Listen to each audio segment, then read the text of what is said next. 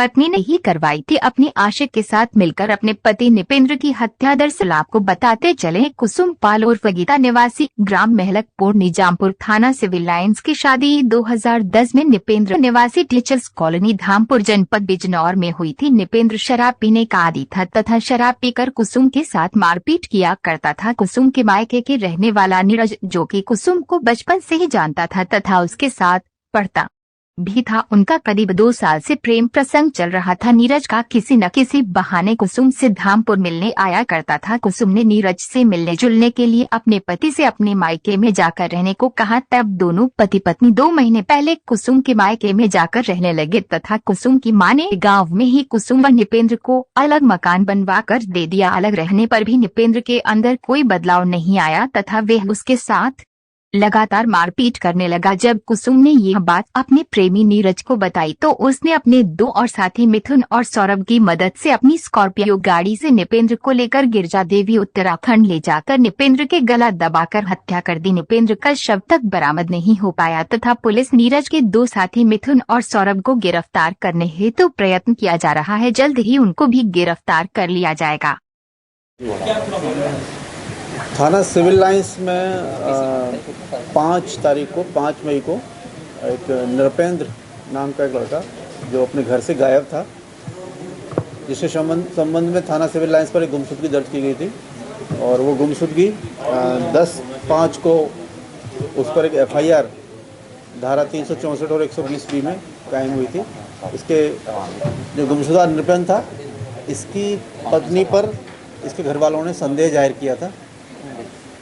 जब इसकी पत्नी को पूछताछ के लिए बुलाया गया तो उसमें कुछ नए तथ्य सामने आए हैं और एक इस घटना का अनावरण हुआ है। ये महिला, जिसका नाम इसकी पत्नी है नृपेंद्र की, और उसका एक प्रेमी जिसका नाम नीरज है, ये बचपन से एक दूसरे को जानते हैं।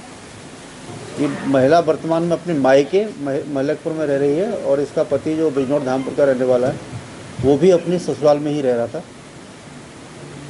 अपने पूर्व प्रेमी के साथ मिलके इन्होंने इस घटना को अंजाम दिया है और इनका कहना है कि इस व्यक्ति को एक स्कॉर्पियो गाड़ी से 2 अन्य सहयोगियों के साथ में, जो इस नीरज के ही रिश्तेदार हैं, एक उसका चाचा है और एक अन्य व्यक्ति है, उसको ये लोग आगे जिम कॉर्बेट के पास गार्जिया की तरफ ही ले गए वहाँ, और इस जो नृपेंद्र है इसका गला दबा के इन्होंने वहाँ से किसी ऊंचे स्थान से जिम कॉर्बेट के जंगल में कहीं फेंक दिया।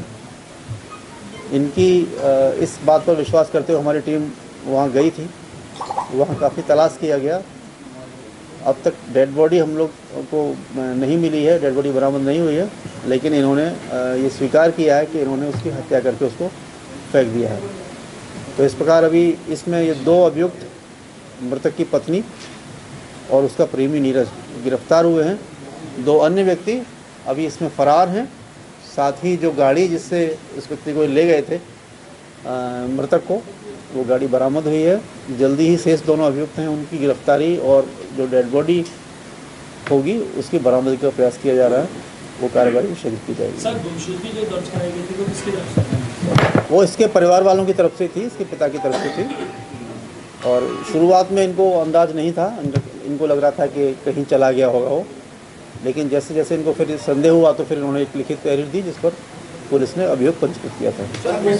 क्या वहाँ पर, जहाँ पर इन्होंने ये पूरा हादसा करा है, क्या वहाँ पर